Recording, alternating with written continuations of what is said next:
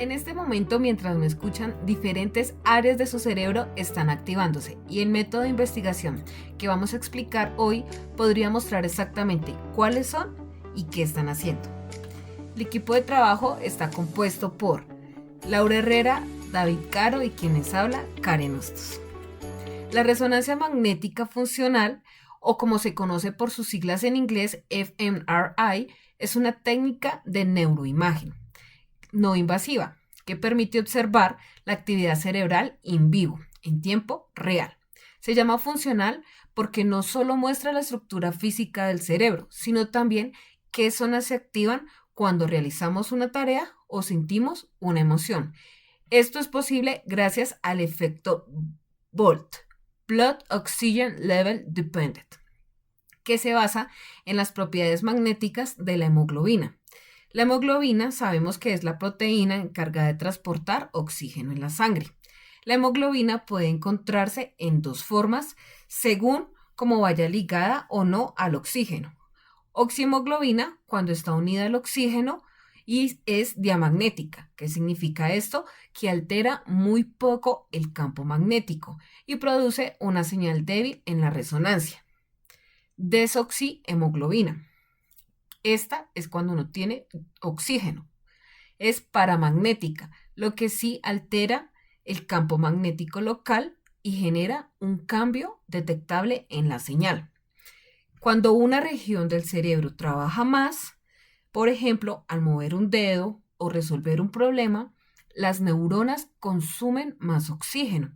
Para compensarlo, el cuerpo envía más sangre oxigenada a esta zona, lo que reduce la concentración de desoxihemoglobina y aumenta la intensidad de la señal detectada.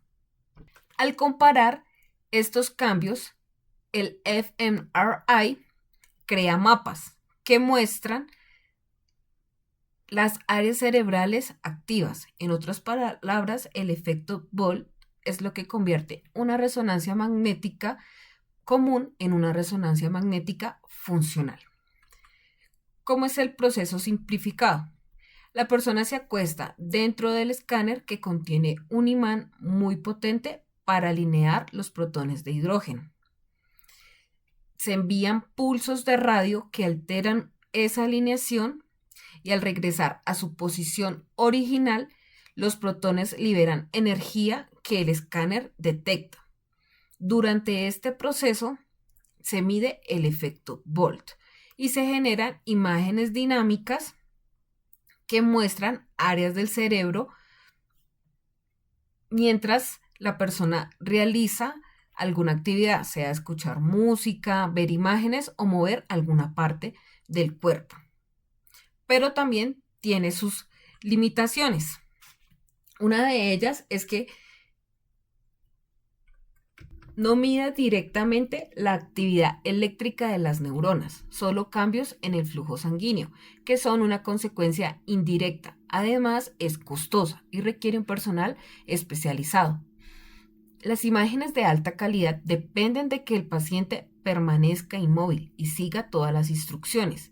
La fMRI es sensible a los movimientos de la cabeza y pueden aparecer activadas zonas cerebrales que no están directamente implicadas en la realización de la tarea, sino que actúan por causas que no sabemos y tampoco podemos controlar, sean ruidos en el ambiente o un movimiento involuntario del paciente. Su resolución es temporal y es limitada. Detecta cambios en segundos, pero las neuronas trabajan en milisegundos. Los pacientes con objetos metálicos en su cuerpo, como marcapasos, prótesis o placas, no pueden hacer uso de este método, ya que podría causar daños severos por el imán. En conclusión, la resonancia magnética funcional permite medir los cambios hemodinámicos en el cerebro y localizar la respuesta neurofisiológica que un sujeto tiene ante estímulos de diferentes modalidades, sean sensoriales, motores o cognitivos. A continuación, mi compañera Laura les explicará los alcances. Muchas gracias. ¿Te imaginarías ver tu cerebro en tiempo real?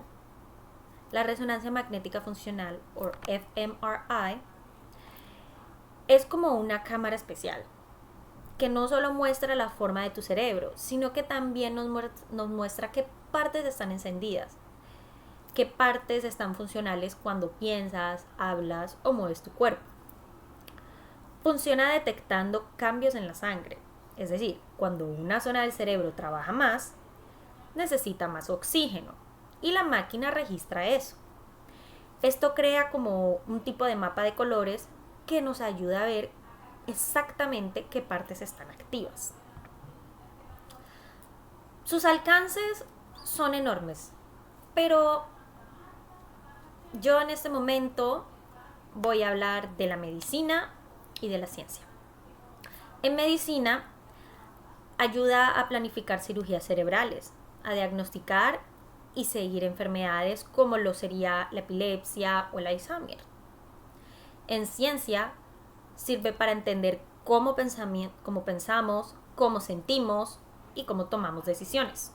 Incluso se usan áreas como la neuroeconomía o el neuromarketing, pues para entender también reacciones en diferentes estímulos.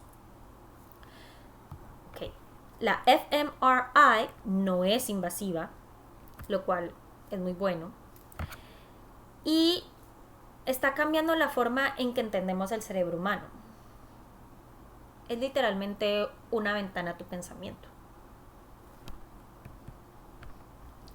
Les muestro unas imágenes de un cerebro tomado con fMRI de una persona autista.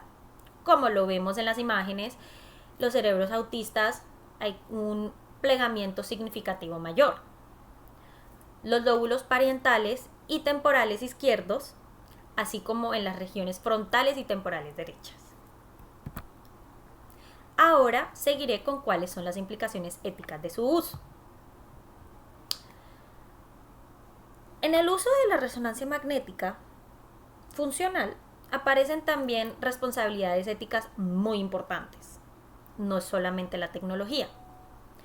El primero que es el conocimiento de la persona, que debe saber cómo se hace el procedimiento, qué es el estudio que se le va a hacer, cómo se va a usar sus datos y el riesgo de que pueda descubrirse algo más aparte de lo que ya están buscando. En dado caso que este sea la situación, sí es bueno tener un poco más de tacto y se buscaría cómo se le comunicaría a esta persona lo nuevo que encontraron dentro del examen. Ok, sigamos. La fMRI puede revelar datos íntimos de tu mente. Necesitamos proteger tu privacidad, aunque se cuestione tu libertad para pensar o como quieras hablar o sentir o expresarte.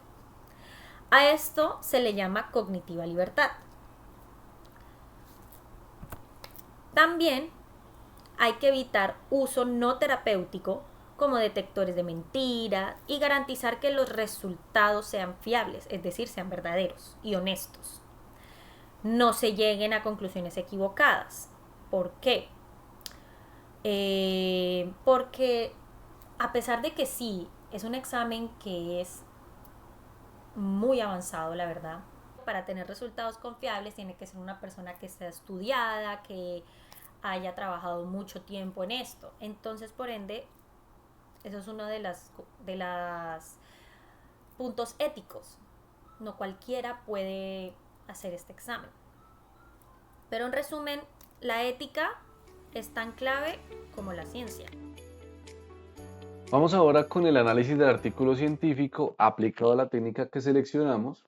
En este caso escogimos el artículo Functional Magnetic Resonance Imaging, a Study of Malnourished Rats, que básicamente lo que muestra es cómo la malnutrición en la época de lactancia de las ratas influye en su actividad cerebral.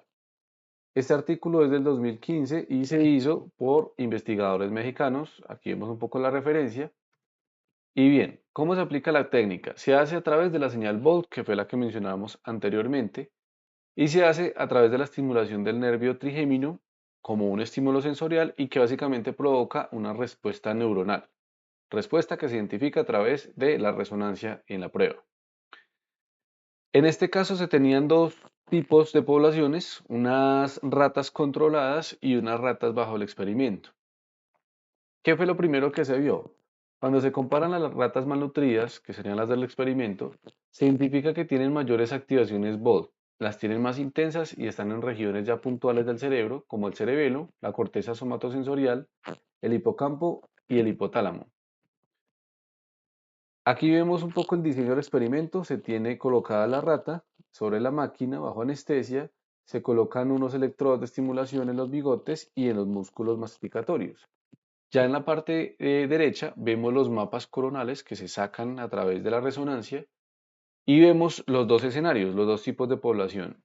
Los que están controlados, las ratas controladas, vemos que no hay mayor actividad, mientras que en el experimental ya vemos que hay una mayor activación cerebral, se detecta a través de la señal Bolt y esto se muestra a través de esas manchas naranjas que aparecen acá. Aquí ya vemos un poco la intensidad de la señal Bolt en las áreas mencionadas anteriormente, las áreas del cerebro, y ya con esto demostramos cómo sí efectivamente hay una mayor activación en estas áreas. En cuanto a la aplicación de la técnica, el contraste Bolt identifica variaciones en el nivel de oxígeno en la sangre que tienen que ver con la actividad neuronal. Lo segundo es que ese estímulo sensorial que se aplica en este caso en la prueba, pues genera una activación neuronal localizada, aumenta el flujo sanguíneo en esas regiones y la prueba permite detectar en dónde se están haciendo esas elevaciones a través de la señal BOD. Fundamental, y es que este estudio da un primer enfoque para estudiar los problemas de salud, es decir, malnutrición relacionada con posibles daños cerebrales, pero es importante señalar que en esta etapa no se pueden determinar que los cambios en el cerebro, en este caso, por ejemplo, en estas áreas puntuales, tengan que ver con un daño cerebral o incluso con un proceso de plasticidad adaptativa. Para eso se tienen que llevar a cabo más estudios. Hallazgos principales y cosas a resaltar del estudio, lo decíamos anteriormente, mayor activación Bolt en las ratas malnutridas en las áreas del cerebro especificadas. Pero lo importante aquí es que esas áreas tienen relación con actividades como el procesamiento sensorial, las funciones motoras, la memoria y la regulación metabólica. Por eso, se sugiere que esas alteraciones en las redes neuronales pueden ser producto de la desnutrición temprana. Lo último es que la resonancia permite estudiar efectos de la desnutrición, ya en este caso en modelos animales, y cómo esa actividad funcional que se alteró de manera observada puede estar relacionada con posibles deterioros cognitivos o también motores ya de manera posterior o pues en momentos más en el futuro. Bien, con esto damos cierre a la presentación. Acá mostramos la bibliografía que utilizamos para el diseño de toda la presentación, conceptos, el experimento, la parte de concepción ética y con eso damos el cierre. Muchísimas gracias, atentos a sus preguntas.